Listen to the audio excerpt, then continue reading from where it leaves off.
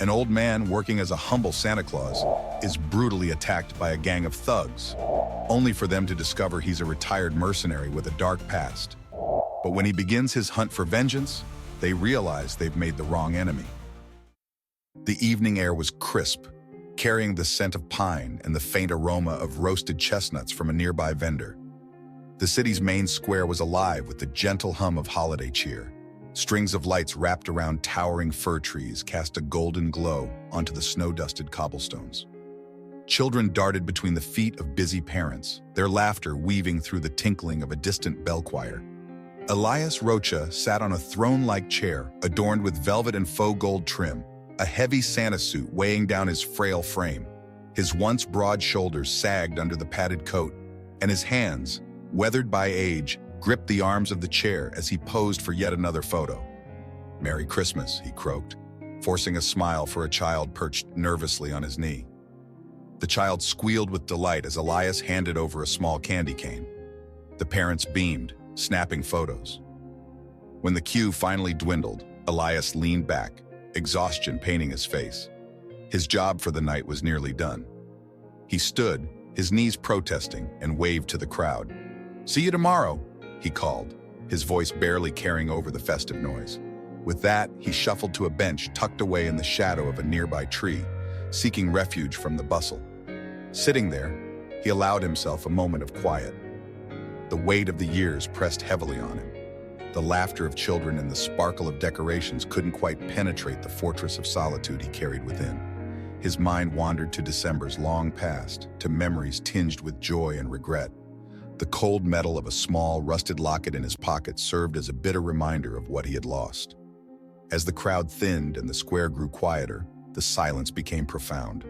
The wind whispered through the bare branches, and the last of the children were hurried home by their parents.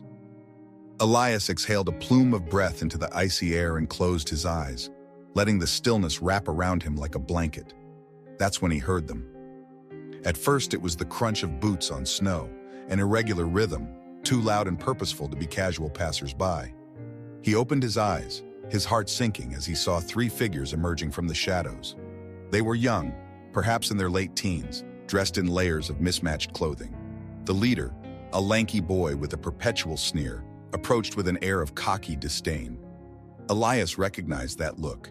He'd seen it many times before, in younger days when he walked among men who thought cruelty made them powerful. "Look who we've got here," the leader drawled, his voice cutting through the stillness. "Santa Claus himself. Lost without your reindeer, old man?" The other two snickered, circling the bench like wolves sizing up prey. Elias's stomach twisted. He could see the malice in their eyes, their intent as clear as the frost on the air. He straightened slightly, gripping the edge of the bench.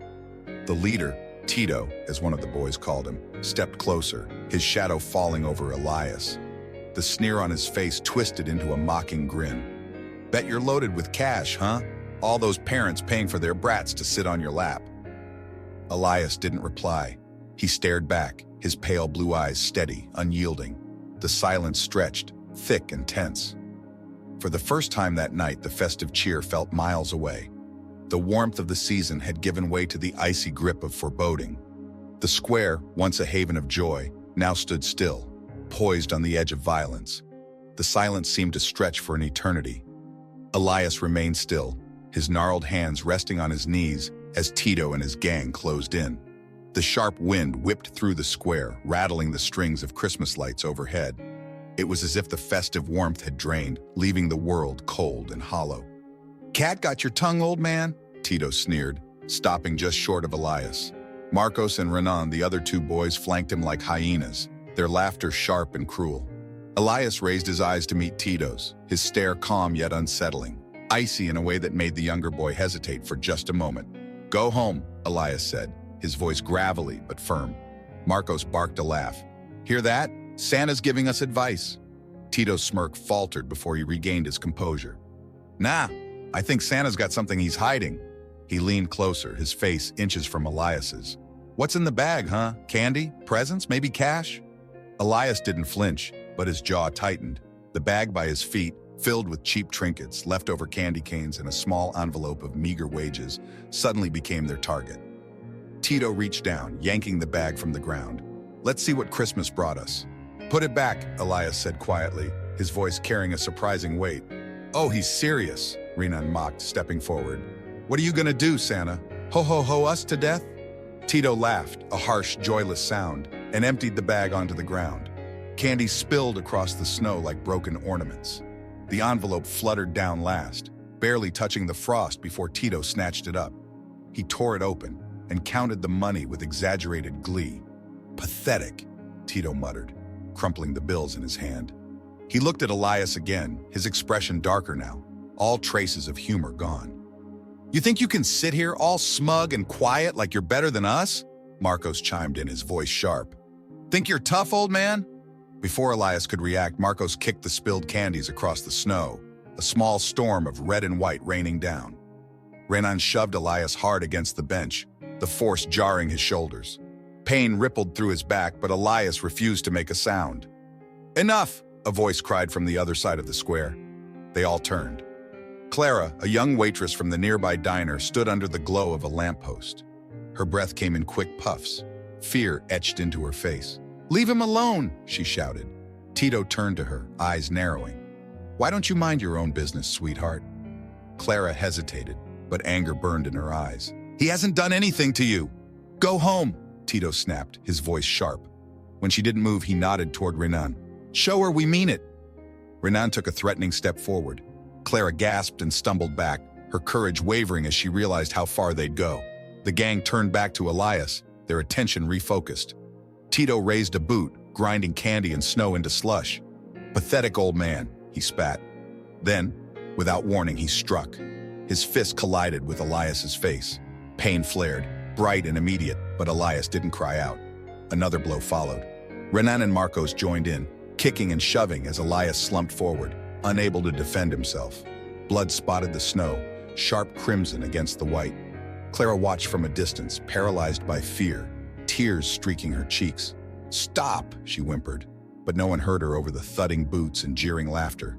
At last, Tito stepped back, chest heaving as if winded from his own rage. Elias's body sagged against the bench, blood trickling from his nose and lips. Tito loomed over him, victorious. Stay down, old man, he said coldly. You're nothing. Elias's head lifted just slightly, his swollen eyes fixed on Tito with an expression that froze the boy in place, a look of quiet, chilling promise. It was the look of a man who had seen far worse than this night. Tito faltered but quickly masked it with bravado. Let's get out of here, he barked. He and the others disappeared into the shadows, their laughter fading into the cold night. The square fell silent again. Clara waited until she was sure they were gone before running to Elias. Mister, are you okay? She whispered, trembling as she knelt beside him. Elias didn't answer. He simply wiped the blood from his mouth, staring into the dark where Tito had disappeared. The silence of the night was no longer serene. It was heavy, waiting. And Elias knew in that moment that this wasn't over. Elias staggered through the dimly lit streets, his breath misting in the freezing air. The world around him felt muted, distant, as if separated by a thick pane of glass. His body throbbed with pain, ribs aching, lips split, a dull pounding at the base of his skull. But it was nothing compared to the weight in his chest. A familiar weight, one he hadn't felt in years. He reached his house, a small, dilapidated cottage tucked away at the edge of the city. Its paint had long faded. The shutters hung crookedly, and the steps groaned in protest as he climbed them. Elias pushed open the door and stepped into the cold, hollow silence of his home. Dropping his Santa coat to the floor, he moved to the small kitchen, where a rusted sink dripped into an empty basin. He turned on the dim light above the table and winced as he caught his reflection in a cracked mirror. The bruises were already blooming dark purple across his face, his eyes sunken and weary. He reached for a stained towel and a bottle of rubbing alcohol, gritting his teeth as he dabbed at the cuts. The walls around him whispered with memories, reminders of another life. Elias's gaze drifted to the far end of the room. A door stood ajar, barely concealing what lay beyond. After a long pause, he walked toward it, his footsteps heavy on the wooden floor. The room smelled of dust and old leather. Shelves lined with faded books stood opposite a small cabinet, its surface cluttered with trinkets from decades long past. On the wall, an array of framed photographs hung like silent witnesses, Black and white images of men in uniform, medals pinned to their chests, weapons slung across their shoulders, faces frozen in grim determination. Among them was a much younger Elias Rocha, a man with sharp eyes and a hardened jaw, standing tall amidst a group of soldiers, a mercenary. Below the photos, the cabinet drawers sat slightly ajar. Elias hesitated before pulling one open. Inside lay relics of his former life. A battered handgun, a hunting knife worn smooth by time, a stack of medals he had long stopped caring about. He picked up the knife, its weight solid and familiar, and stared at the blade. For years, he had buried this part of himself, convinced it was gone. But tonight, it stirred. The knock on the door startled him. He turned sharply, sliding the drawer closed before limping back into the main room. When he opened the door, Clara stood there, clutching a steaming thermos of coffee. Her face was pale, her eyes red-rimmed from crying. I saw what happened, she said softly. I wanted to check on you. Elias grunted, reluctant to let her inside. You shouldn't be here, he said firmly. But Clara stopped herself, her gaze falling to the bruises marring his face. She swallowed hard. You didn't deserve that. Elias sighed, stepping back to let her in. She hovered awkwardly in the doorway before placing the thermos on the table. I work at the diner. I've seen you before, sitting alone. She fumbled for words. You don't talk to anyone. I wanted to say I'm sorry. Sorry? Elias's voice was quiet but sharp. You've got nothing to be sorry for. Clara nodded, unsure of what to say. Her eyes drifted to the cracked mirror, the Santa suit discarded on the floor, the cold emptiness of the house. Who were they? She whispered. Elias didn't answer. Instead, he turned his back to her, staring out the small window into the night. Go home, he said finally. It's not safe for you here. Clara opened her mouth to argue, but caught something in his tone, a warning that cut deeper than any words could. She hesitated, then nodded. Okay. But thank you for standing up to them, even if it cost you. Elias didn't respond as she left, the door closing softly behind her. He stood there for a long while, staring into the dark, until at last he turned back toward the cabinet. The old Elias, the man he had buried long ago, was waking up. And as he strapped the knife to his belt, he knew one thing with certainty. Those boys had no idea what they had unleashed. The following days passed with a strange calm, as though the city itself was holding its breath. Christmas lights still flickered across shop windows and the laughter of children echoed faintly in the air.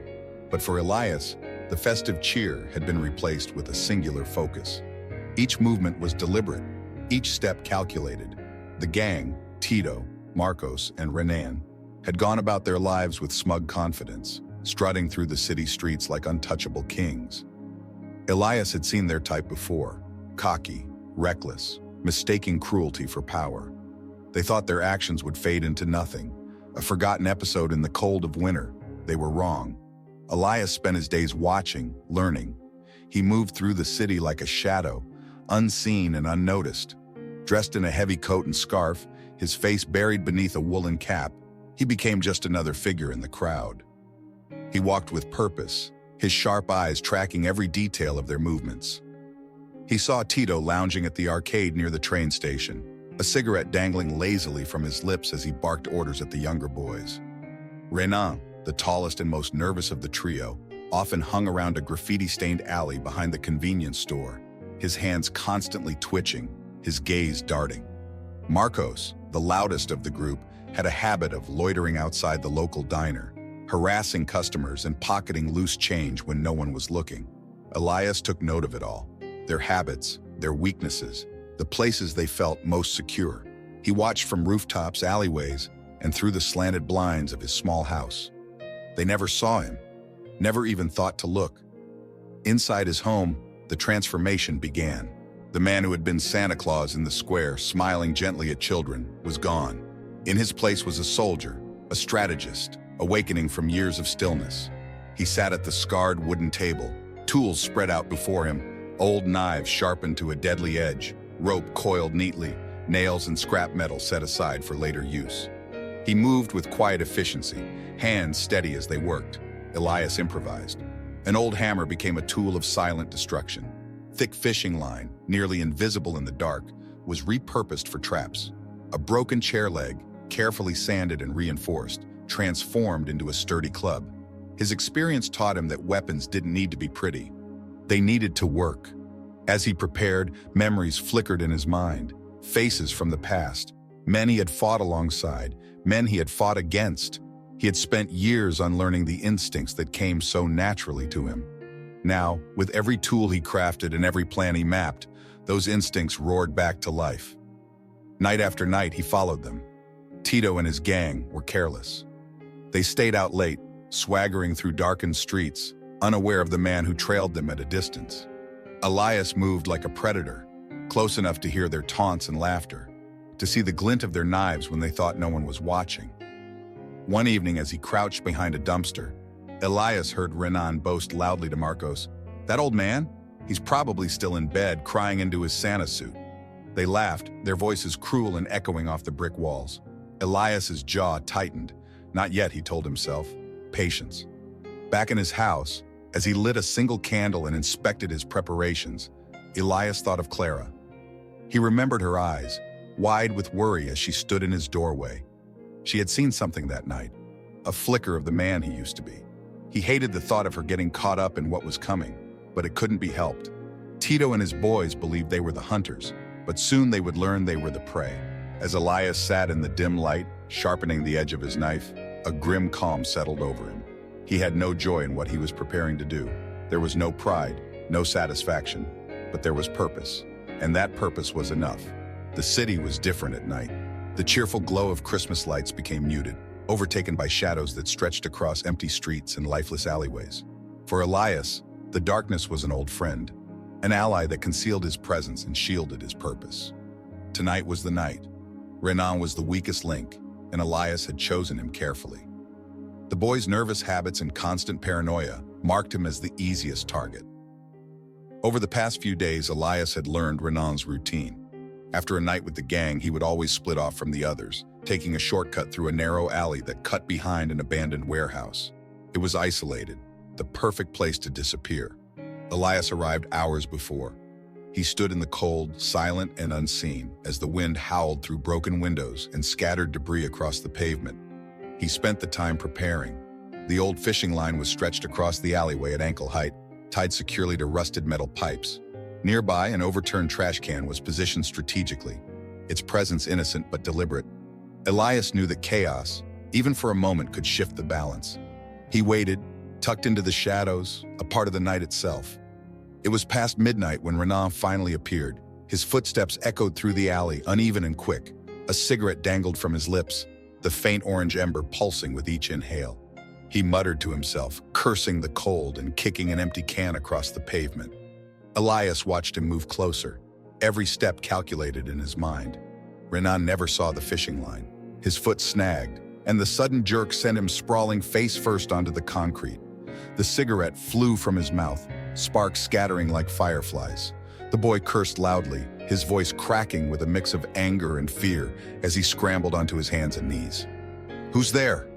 Renan's voice wavered, cutting through the darkness. Elias didn't respond. He moved silently, emerging from the shadows with the precision of a predator. The trash can clattered loudly as Renan stumbled into it, trying to get his bearings. He spun around, eyes wide, and froze. Elias stood before him, a towering silhouette against the darkened alley. His face was partially obscured by the shadow of his cap, but his eyes, those piercing, unyielding eyes, were clear as day.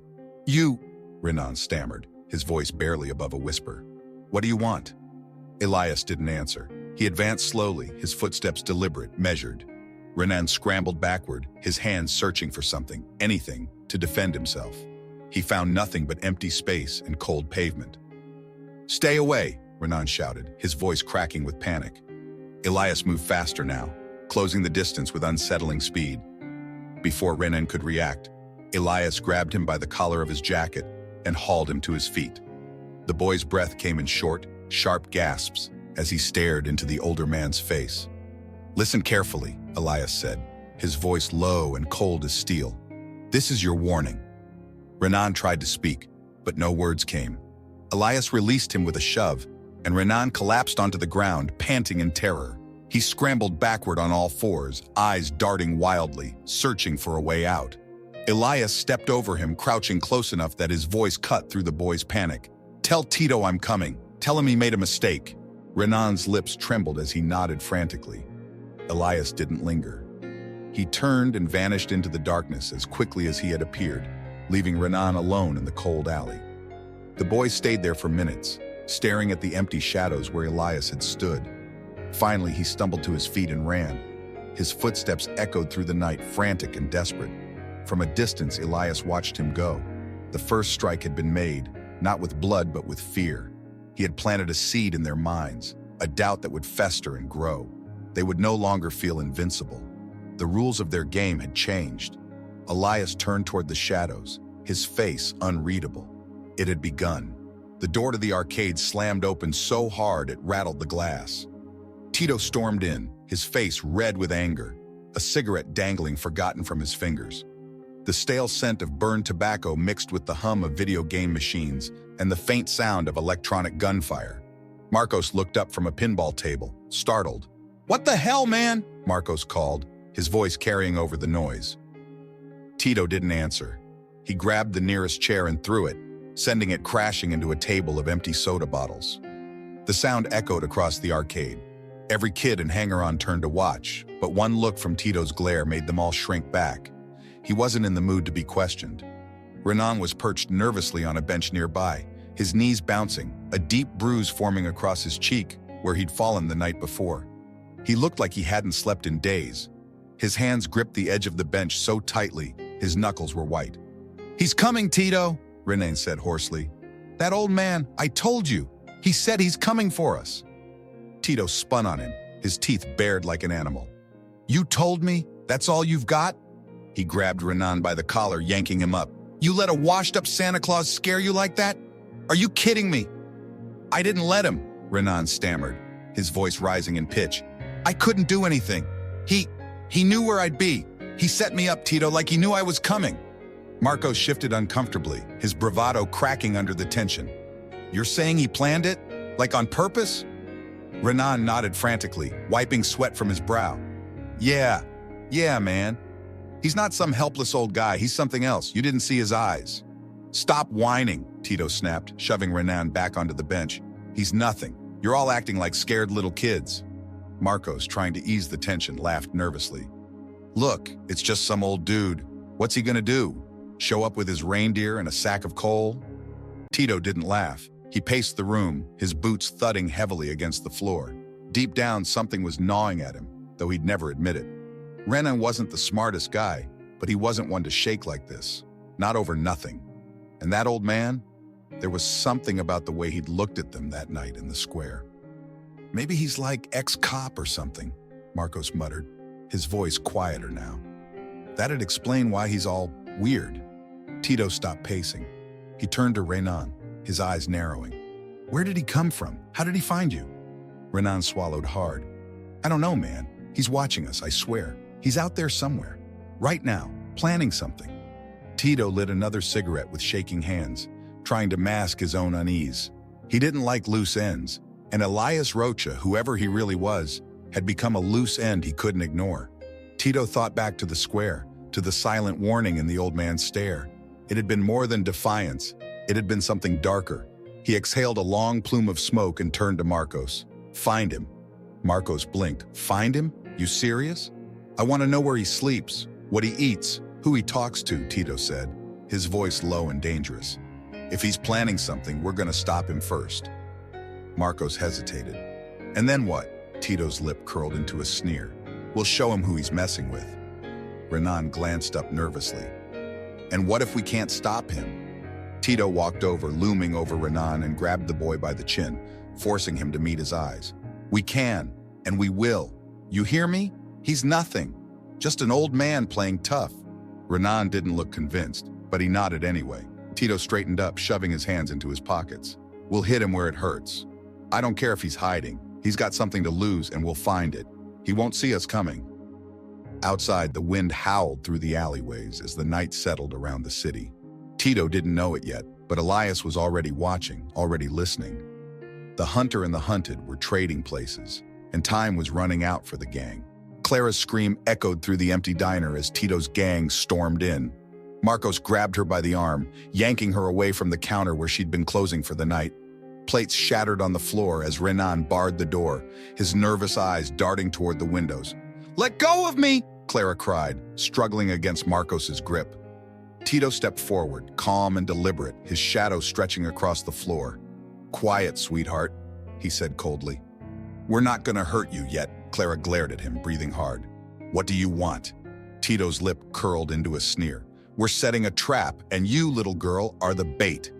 The warehouse on the outskirts of town was as cold and dead as the winter night. Rusted beams groaned above as snowflakes seeped through holes in the roof. Clara sat tied to a chair in the center of the concrete floor, her breath sharp and panicked. Tito's gang waited, their silhouettes blending into the shadows.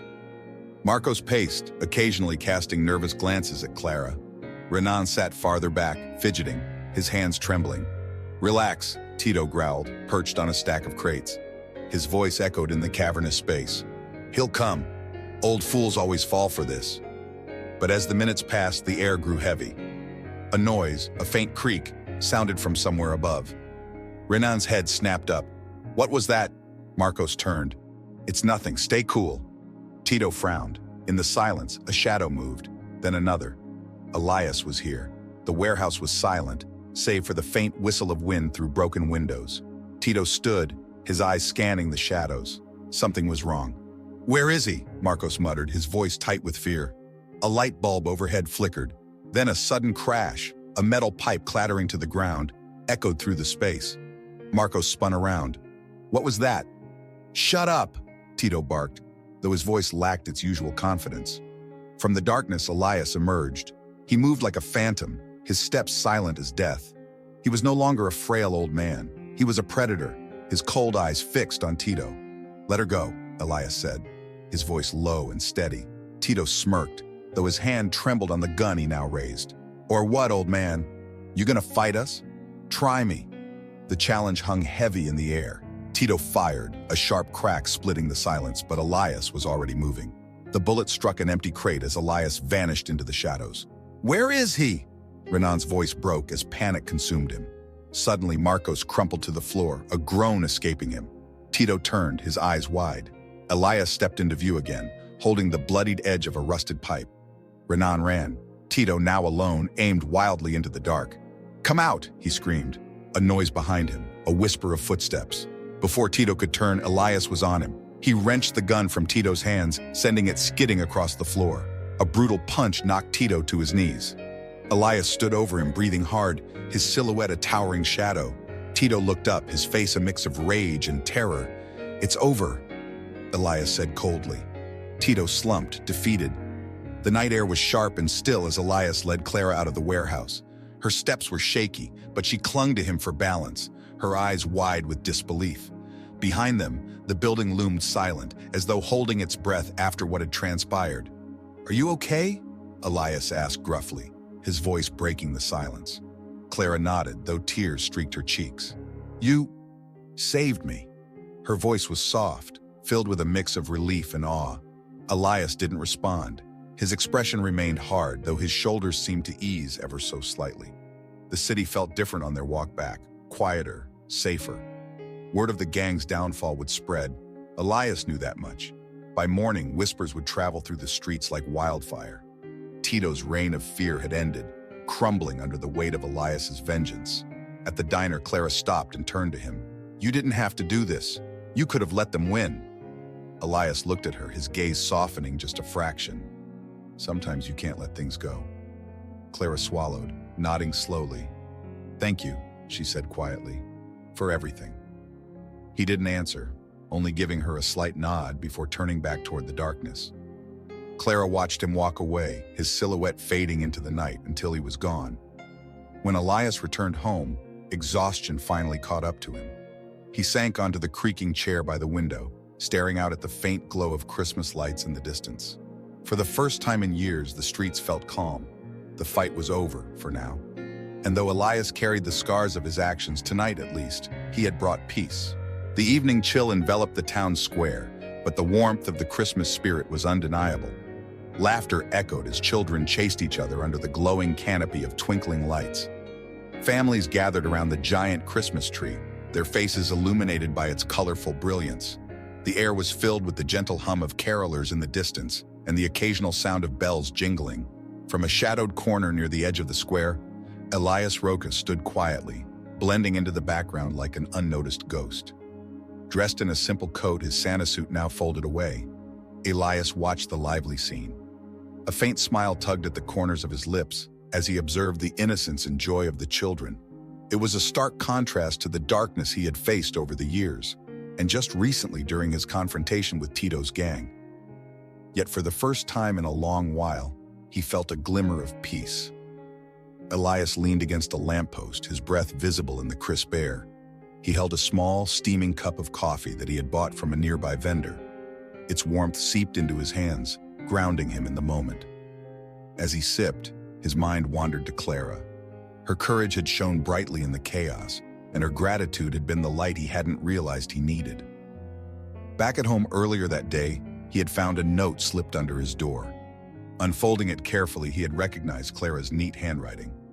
"Elias, you didn't just save me, you saved all of us. You brought hope back to a night that could have been filled with despair. I'll never forget what you've done. Merry Christmas." The memory of her words lingered, stirring something deep within him. It had been years since anyone had truly seen him, not as a relic of violence, but as someone capable of good. Elias's gaze drifted to the large tree at the center of the square. Around its base, children squealed with delight as they posed for photos with a younger man dressed as Santa Claus. The sight brought a bittersweet pang to Elias's chest. His own days of donning the red suit might have come to an end, but he realized his role in this story was far from over. The crowd began to thin as families returned to their homes, leaving the square bathed in a tranquil glow. The snow crunched underfoot as Elias turned to leave, his steps measured and deliberate. As he walked through the quiet streets toward his small, unassuming home, he noticed something unusual on his porch. A small package rested near his door, wrapped neatly in festive paper. Beside it was a sprig of mistletoe tied with a red ribbon. Elias picked up the package carefully, his fingers brushing against the smooth wrapping. Stepping inside, he placed it on his worn table and unfolded the accompanying card. "Even the smallest light can shine in the deepest darkness. Thank you for being that light. Clara." Inside the package was a handmade scarf, soft and warm. Elias ran his calloused fingers over the fabric, feeling the care woven into every stitch. For a man who had spent years alone, this gesture was a reminder that he was no longer invisible. Elias draped the scarf around his neck, its warmth a stark contrast to the cold outside. He moved to his window, pulling back the curtain slightly to look out at the snow-covered street. From the distance, the faint sound of bells reached his ears. The world seemed quieter now, yet it was alive in a way it hadn't been before. For the first time in years, Elias allowed himself to hope. Perhaps redemption wasn't just an illusion for a man like him. Perhaps the scars of his past didn't define his future. As the clock struck midnight, Elias closed his eyes, letting the silence of the night wash over him. Somewhere, far away, the faint laughter of children echoed. The town had returned to peace, and so had he, if only for now. In the end, Elias's story reminds us that even the quietest among us may carry untold strength. Justice often comes from unexpected places, and sometimes the weight of our past can become the very thing that saves the present. How far would you go to stand up against cruelty? Would you face the darkness, or let it consume everything you hold dear? Click on the video on your screen to continue this journey of self-reflection and discover more stories that challenge the way we see ourselves and others. Don't forget to subscribe for more content that inspires and provokes thought.